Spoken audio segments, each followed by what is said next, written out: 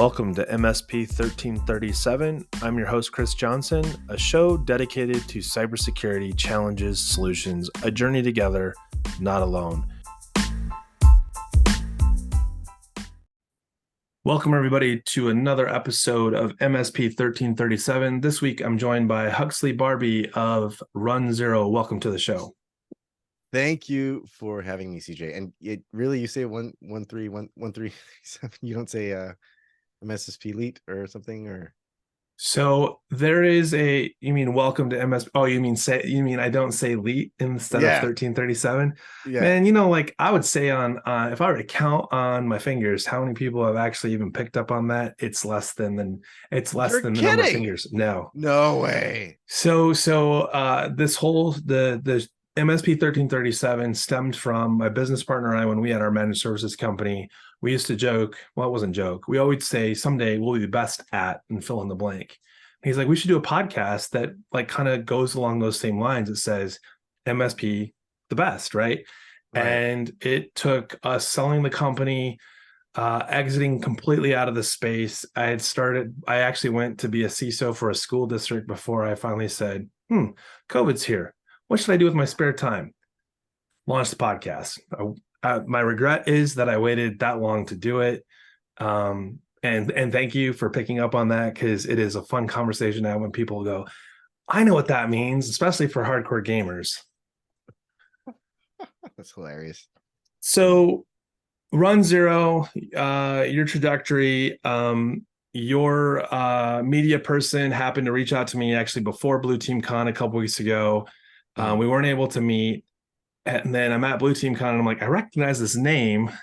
This came up. I had the opportunity to sit through your session talking about IoT and OT and even a little bit of IIoT. And this is a very popular conversation that's happening in our industry right now with the security concerns finally being front and center, recognizing that any asset that has access to sensitive data needs to be secured or locked down or mitigate the amount of things that it can actually touch.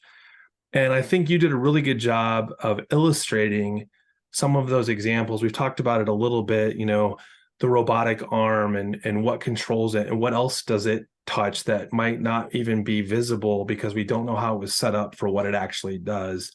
Maybe give us a little bit of history on what had you kind of really, I'm going to say, jump off the deep end into not sure how deep the water is on IoT, because the 30-minute session you did quite honestly should have been an awakening moment for anybody in that room that hasn't taken time to recognize that IIoT, OT, those are no longer the acronyms we need to be worried about.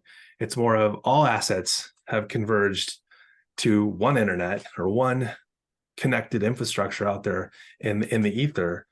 And what do we do now so that we don't end up, the victims of Skynet or some other terrible situation?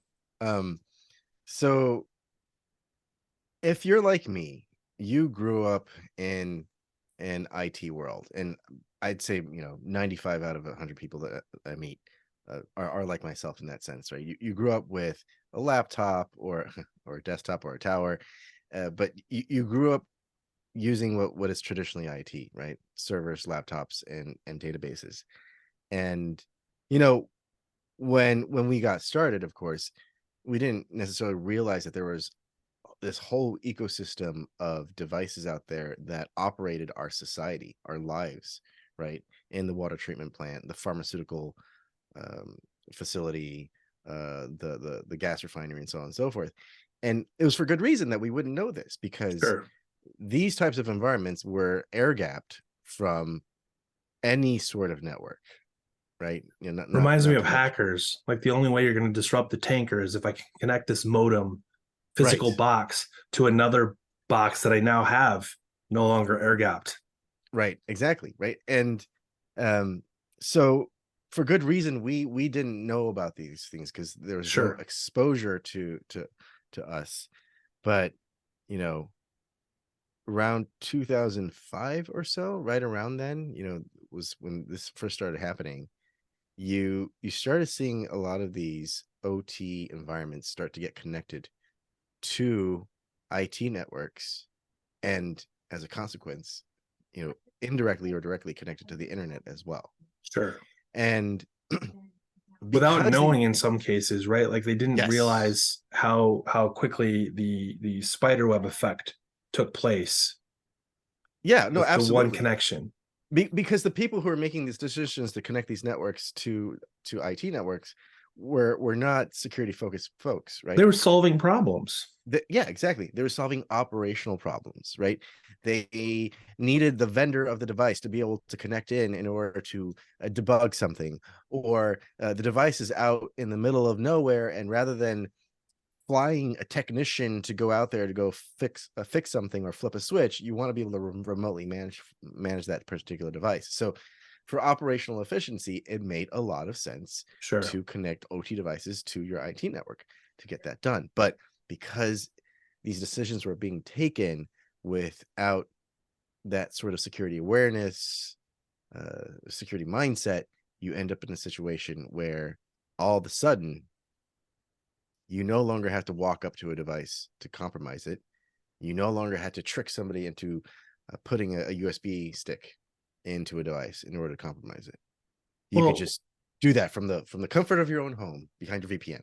I feel like there's a bit more to that because you just said 2005, and I was thinking back to like the early 2000s, where like if you had a wireless card in your laptop and a wireless access point, it meant you had some experience with command line because there was no graphical interface. But to your point about roughly 2005 and later, we started to see mostly, I'd say, I shouldn't say mostly, you started to see a lot of devices in this category in the consumer space Hmm. that were built for those that didn't have a clue what command line is. And we saw things like push this button on this device and push the button on this device. And suddenly they will start talking to each other and you don't have to put in a password or try to find the SSID. They'll just find each other.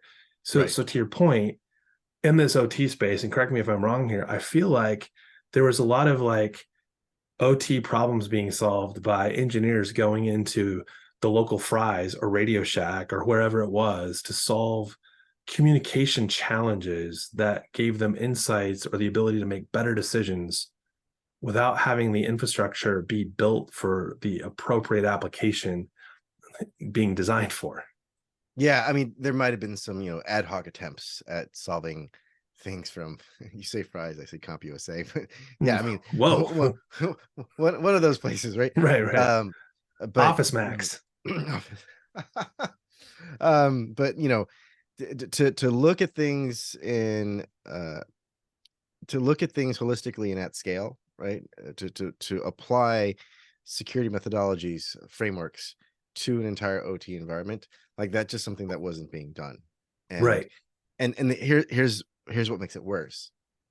On the IT side, we've had a lot of innovation Oh, in yeah. security, right? I mean, there was a time when you and everybody you knew got angry because of the antivirus software that's on your laptop, and you did everything that you could to get rid of it because you don't want that spyware on your laptop. But these days, every laptop, at least in the business environment, has an EDR on it, and nobody complains. Everybody Right. just accepts that this is how things are, and that's just on the endpoint. But on the network, in the cloud, and everywhere else, there are lots and lots of security controls to make sure that the IT environment has a fighting chance against the adversary. And this we're talking about decades of Right. maturity here on the IT side, and that never happened with OT, simply because when you're air gapped, we used to say like security through obscurity. Security. I Yeah. think, yeah. So like, I think on the OT side, it's like security through isolation, right? Because we Yeah. are isolated, because we're air gapped, we don't need to do all these things. We don't need to have security controls. We don't need EDR on these OT devices. We don't need to encrypt our traffic. We don't need to require authentication in order to intercommunicate. So all those things that are now like taken for granted on the IT side, that never came to the OT world. And I argue that the OT world is like 30 years behind the IT world in terms of security maturity. But I mean, to some degree, that's also the ignorance that's been allowed to perpetuate that space, right? Because you can't tell me that someone who's like, hey, we're gonna, create a remote connectivity to the oil rig in rural Colorado, that no one thought about, that there might be problems if someone were to intercept that traffic. Or I mean, yes, I get it. We're talking about two different groups of individuals, in this space, which we see that all the time. Like IT doesn't talk to the OT team because, well, we don't do the same thing. So why would we talk to each other? Yeah. Yeah. And I also think that we don't realize how often there are intrusions into OT environments, because the primary function of an OT environment is availability, right? If you're looking at Right. confidentiality, integrity, and availability is absolutely paramount. Right. And oftentimes, when there's a negative impact due to some adversary work, you what you see is impact to availability, right? It's an Yeah. outage, Colonial Pipeline is a perfect example of availability. right? And so if the negative impact were an outage that didn't come with anything else, Sure. it can look like a mechanical failure. In fact, there's Right. this, one major incident, I think in the southern United States, it wasn't Colonial Pipeline, where there was an outage because of device failure, quote unquote failure.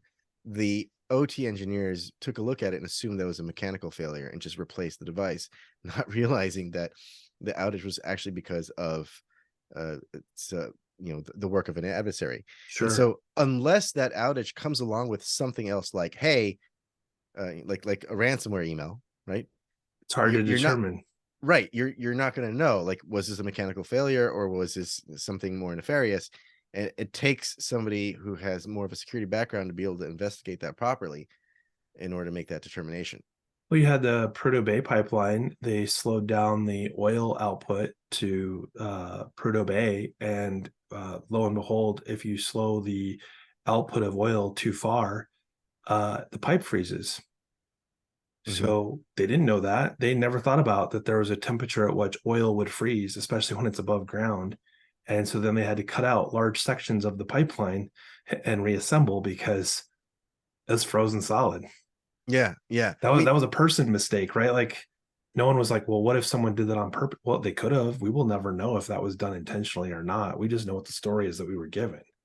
right. And you got to keep in mind, like, who is the adversary, right? If it's like, if it's like a nation state actor that is getting guidance from like people who understand these types of systems, they might do that intentionally. But for everybody else who's being more opportunistic, that's Sure. just looking for a quick paycheck, then they might do that unintentionally. Like the outage or the degradation in service might be entirely unintentional.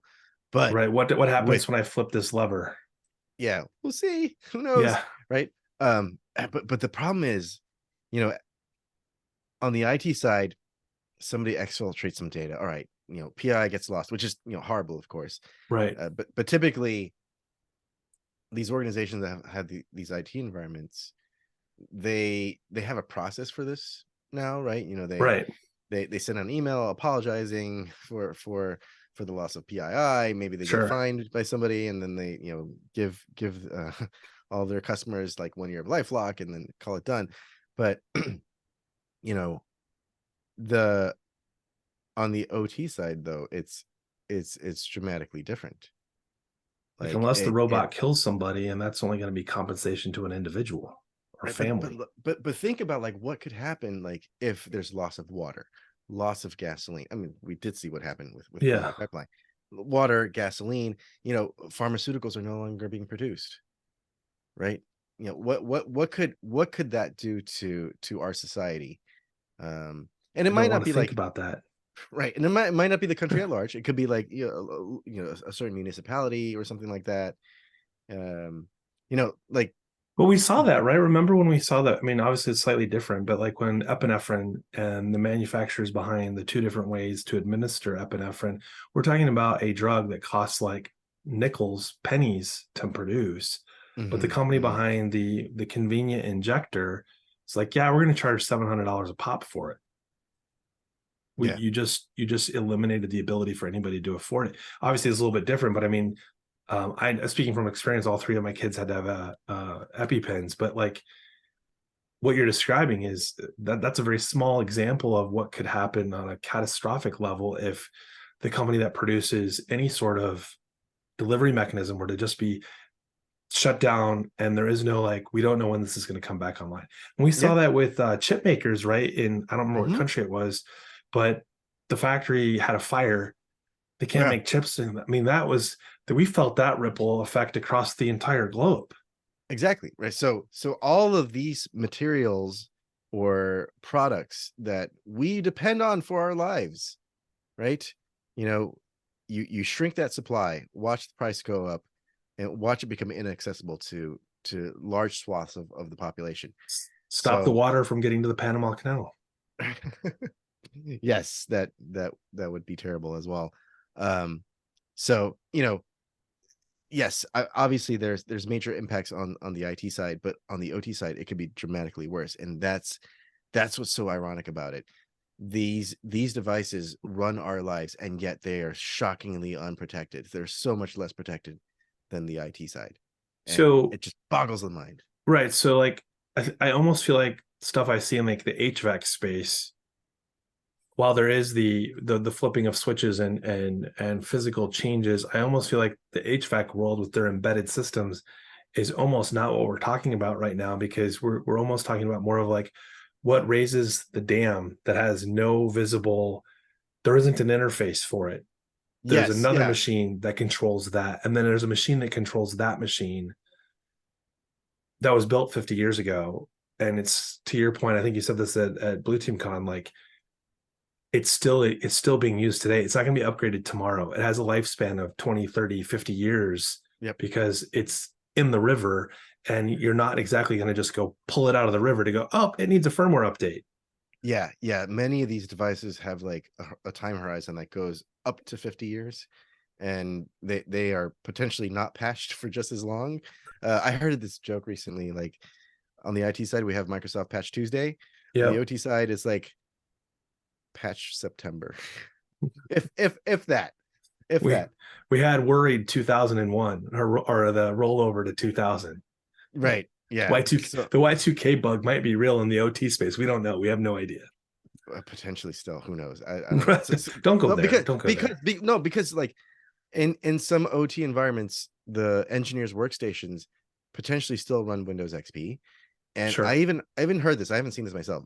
Somebody told me that they found a engineer's workstation that was still running Windows 3.1 or something like that. Like going that far back, which I'm not surprised. I had done some work back years past. This was not so long ago, but they were running their e-commerce system with some AS400s and bonded T1 lines that couldn't have been updated probably in the last decade. I mean, obviously they're right. still chugging along. What they're vulnerable for, unfortunately, they're not on those anymore. But Yeah. so we've spent like a half an hour, really, or not half an hour, half of our time really on the where the dangers and the vulnerabilities are, and like, wake up people, we need to do something about this. Yeah. So what's a path forward? Like, we've got some time here, like please don't tell me like it's just hopeless and there's nothing we can do about this, because It's just I don't hopeless and think that's we can't do anything about it. Sorry, that's man. right. That's That's it. right. Start looking for the Skynet ships in the sky, right? Like, it's over. Or just go back and dig up your plan for going off the grid, because Right. that's actually it's not something that's too far-fetched. No, Uh it's not. And I think, like, I think about, so if we take the OT extreme and we use HVAC, that's somewhere in that middle spot, because mhm, a lot mhm. of what's been built in recent years is also has the technologies built into it that can be protected and can be secured. Right. But we also know from examples that we have in the world around us that that's still not happening. um so like, I mean, to some degree, and I want to focus on the OT part of this, but like, I feel like if we just solved for the typical best practices in the IT side, that you and I having this conversation, like, the only thing we're actually worried about is OT exploits, boy, that really shrinks the threat surface, because Right. we could go back to a world of like, we can do a better job air gapping this, we can do a better job I think you hit the nail on the head about like saying, hey, the sort of the best practice that we have on the IT side could potentially apply here. I mean, obviously these are very different environments, but I still think that CIS control number one applies to all environments, and that is still a really good best practice, no matter what you're doing, right? Know what you have. Correct. That's the starting point, right? Right. There's so much more that needs to be done, of course, Sure. but the starting point is that actually like knowing what's there, right? And this applies both to organizations that have OT environments. It also applies to, MSSPs that are consulting to these types of customers, right? Where when you're scoping on an SOW or something like that, you need to know what you have so that you can even begin to start protecting it. And this is an Which may unsolved. dictate how you protect it. One more time? So that may end up dictating the how you can protect something. Like, Oh yeah, I mean, if you don't know what it is, how do you even know what you should be doing about it, right? Because right. I mean, if this is if this device is an internet enabled coffee mug, right? The the security controls that you're going to want to apply to that are going to be commensurate to like how important it is to your business, right? Like, what's the business criticality of an internet enabled lava lamp, for example, right? Um, but if it's something that's critically more important, like an IP camera or a robotic arm or your database server that has all of your PII, then obviously you're going to want to apply security controls that match. Well, I thought about this the other day, and this isn't to trivialize critical infrastructure, but if I think about today's world of home automation, today's world of home control systems, if I can get into your house and I can modify the hot water heater thermostat and tell it that it's not up to temperature until your thermostat goes through the side of your house, well, that means that I can now be a threat actor that is pursuing acts that involve loss of life or, catastrophic impact. And we're not talking about critical infrastructure. We're talking about what's critical important to you and me and Mhm. protecting our homes. And today we can't even get people to understand the necessity around configuring an environment at home that involves what did you buy that you hooked up to your hot water heater? What did you purchase that now controls the thermostat in the living room? And I'm not saying that to make negative statements around like the Googles or the players that have products like that. That's neither here nor there. You're buying these things without ever remotely considering what the ramifications are that could be quite often catastrophic. We just haven't been given any data to support it happening Yeah, and absolutely. I mean, you look quite healthy to me over here over the Zoom, but like imagine today. if if you have a family member that requires oxygen. What if you have a family member that requires assistance, right? They're on some sort of breathing assistance or something else, right? Maybe an elderly family member. Anything And that's monitored or controlled without it involving me physically being present. yeah, so and then of course there's also the issue of like all these cameras watching our kids now in the home, which it's a whole other attack vector that's absolutely frightening to me because I have two young children, um, and And what are their rights? wow, that's a whole other can of worms. You're gonna have to find someone to talk to you about privacy and issues like that. But like it's everything too. Like these vacuum cleaners, the automated vacuum the not like the Roombas, Yeah, right? yeah, yeah. They even have cameras on them. And I was at a DEF CON talk where the guy was like, do not ever buy a refurbished uh, vacuum cleaner because you don't know if somebody like changed the firmware on there such that you turn it on and basically like they have a feed into your entire house as the thing like moves around your property. Like it just it just boggles the mind about what could potentially happen.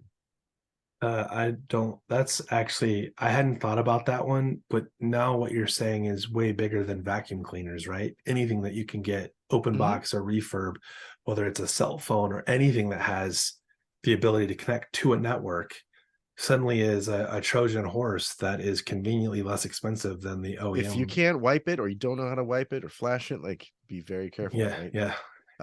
And the thing is, and in terms of like knowing what you have, with many of these IoT devices, very, very difficult to actually identify what that thing is, because like I said, this whole idea of knowing what you have is pretty much an unsolved problem, you know, in the IT side as well, but like IoT, OT for sure, it's an Right. unsolved problem. And oftentimes these IoT devices get identified as a Linux box, or Yeah. an Esprif box, or a Raspberry Pi, because of the IoT platform that was built on.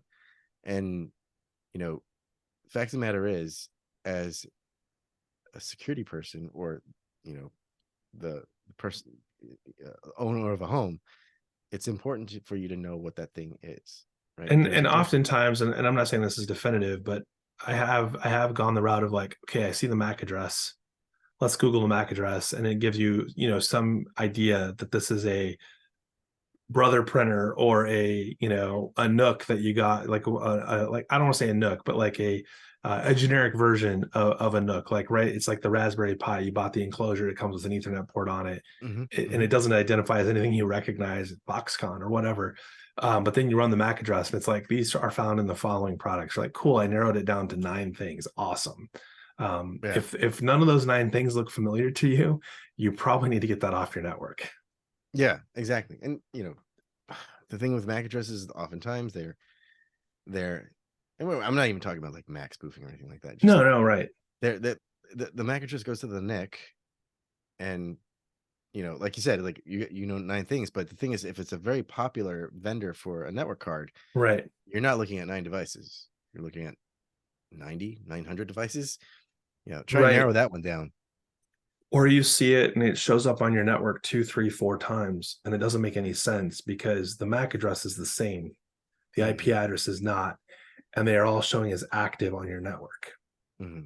Hmm. That's Yeah, always the one that scares me. It's like, what virtual device did I stand up right. that keeps replicating itself out to get to the internet? Yeah, and you and I are having this conversation, but imagine folks who are not as familiar with these types of issues. They just they just don't know. They operate blindly that as long as I can use my laptop to, manage my finances, until that's taken away, everything must be good. Yeah, and to sort of sort of like uh bring this home a little bit, a lot of small businesses are not too different from a home, for Sure. example. And a buddy of mine, he runs a uh, MSSP that specifically caters to SMBs. Oftentimes, he walks into a customer and they do an assessment, and they find out that this particular customer has already been owned. They've been owned for a long time. They just Sure. didn't realize it. The reason what that they were brought in was to figure out, why is the network so slow, Sure. right? And so we have this situation where people potentially are already compromised, but to them it's just network degradation. They don't realize what else is happening. I had an embed HVAC controller that was open on port 80 to the internet.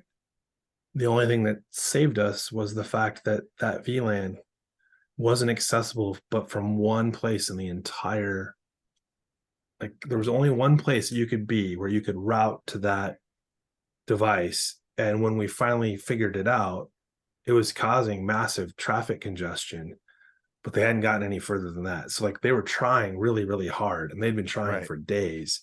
When Yeah. we finally figured out what it was and we unplugged it, everything went back to normal. And Secure then of course it was close the port.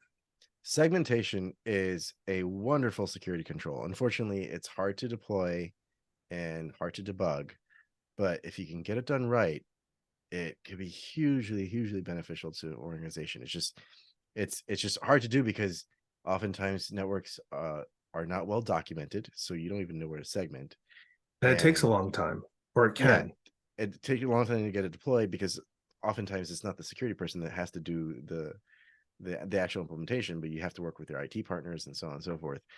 You to want get to all. build an onion rather than peel back an onion, right? Like, so I think about Mhm. like what those guys go through for home automation. Like the last thing they want to do is start with like 7 VLANs for the house, and one of them happens to be the blinds. It's on its own VLAN for whatever reason. Right. That'd be a nightmare to try and navigate to get the blinds to work from any of the controllers in the house Yeah. if it's already been segmented before you get started. But if you can start with a flat network and then start adding in those network segmentation, well, then at the very least, you know when you break it before you're done saying it's configured. Right. But who Yeah. has that? Like that's a pie in the sky to say I get to start from scratch. We're going to build with flat network and we're going to build out to 25 VLANs. Yeah. Yeah. Like I said, segmentation is really an awesome security control. It's just it's it's hard to make it practicable for Practicable is the newest word of the day. We will go with that. Is that practical and applicable at the same time? uh you know what? Let's go with that. I Let's like go with that. that. Yeah. So Huxley, is there any, I don't know, I don't want to say hope because we've definitely established that maybe just follow some of the best practices we use on the IT side would go a long ways on OT. Are there any last thoughts you'd like to share with our audience, and then wrap us up with like how can they find you if they wanted to reach out and talk to Mr. Huxley Barbee? Yeah. So I think the thing, like I said before, the very first step is figuring out what you have, Yep. right? You want to get that really good roster, really good inventory of your devices. And along with that is forming really good partnerships with the OT engineering organization, right? Because they're the ones who are going to really understand the criticality of those devices. You as a security person may not, right? You could Right. take a guess, but still, like you really want to be partnering with them because one, they can tell you what's what, and number two, you're going to need their buy-in in order to later on introduce security controls, right? You're Right. going to need their assistance, their knowledge, their insights in order to properly prioritize the risks Right. of those devices. And when it comes time to actually implementing security controls, you need them to be on board. So it's better to have them along for the ride than to come in from the outside as, you know, somebody that's outside of their organization, Like right? secure by default, secure by design. Like I think to your point, like if we don't start with some rules, then no rules get followed. Yeah, yeah. Well, So it's so yeah. So how do we get a hold of you? yeah, so Huxley Barbee. I'm the only Huxley Barbee you're ever going to meet. I am active on LinkedIn, as well as the infosec.exchange instance of Mastodon. I'm also still on Twitter My, or X or I thought you whatever were you going to say call it. MySpace. No, I was never on MySpace or Friendster or anything like that. I But yes, I'm still on Twitter, X, whatever you got want it. to call it today. I'm there as well. And if you want to email me, it's huxley@runzero.com. Runzero is where I work. And if you ever want to see me in person, I'm the lead organizer for B-Sides New York City. Oh, Uh, cool. yep, yep. So I look just out caught the for. tail end a little bit of B-Sides Denver at the end of the Cydia show. Oh, nice, excellent. So they had Um, the CISO for Dolby was the B-Sides. really Yeah, nice, I nice. didn't get to catch that, but I hear it was a very good session. So So B-Sides New York City is going to become an annual conference. So we awesome. had we had one this year. So do expect for another B-Sides New York City in 2024. Dates to be announced later. Awesome. Well, for those of you listening, this has been an episode of MSP 1337. Thanks and have a great week.